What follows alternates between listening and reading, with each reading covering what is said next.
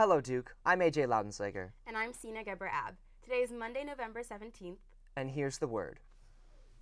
Last Friday, the Center for Sexual and Gender Diversity hosted a very special kickback in honor of Greek Ally Day. The purpose of the kickback, as the Facebook event reads, was to demonstrate the student body's commitment to increased allyship within all communities on campus. Having previously signed the first half last year during Greek Ally Week, students were able to sign the second half of the Once an Ally, Always an Ally banner. If you missed out, be on the lookout for Greek Ally Week in the spring and join in on the commitment to increased allyship on campus. Last Thursday marked the opening of the Theater Studies production of The Perfect Detonator.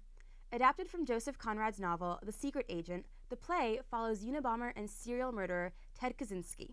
As he reads Conrad's novel, the fictional world of the novel enters his real life, and his cabin in Montana is transformed into 1886 London, where members of an anarchist organization plan to bomb the Royal Observatory in Greenwich. Featuring mostly new faces to the Duke Theater scene, the show also features senior Thomas Cavanaugh as Ted Kaczynski, who appeared in last year's Uncle Vanya. Cavanaugh spoke about his role, saying, "I'm presenting the life of a real person. It will be a challenge to give Kaczynski the necessary complexity and not to fall back on the media's portrayal." The first run of shows has already passed, so be sure to get your tickets soon and don't miss out.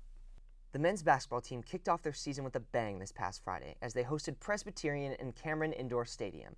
The Blue Devils dominated the entire first half, gaining a double-digit lead before Presbyterian even scored their first basket. The freshmen of the top-ranked recruiting class showed strong promise for the rest of the season, with all four players scoring between 15 and 19 points during Friday's game. A complete blowout. The Blue Devils crushed the Blue Hose 113-44. Though men's basketball had an explosive weekend, men's football was a rather different story. The Blue Devils hosted the Virginia Tech Hokies in Wallace Wade this past Saturday, and the game wasn't what students hoped for. Scoring the first touchdown and a subsequent field goal in the first quarter, it seemed as though the Blue Devils were in control of the game. The defense managed an astounding 9 sacks during the entire game and held Virginia to just 293 total yards, double what Duke racked up in just the first quarter.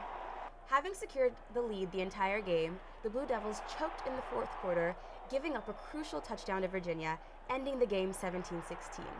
Hosting the Tar Heels this coming Thursday, Duke looks to put the loss behind them. And that's all for this week. Be sure to check back at dukestudentbroadcasting.com for all the latest Duke news. See you next week.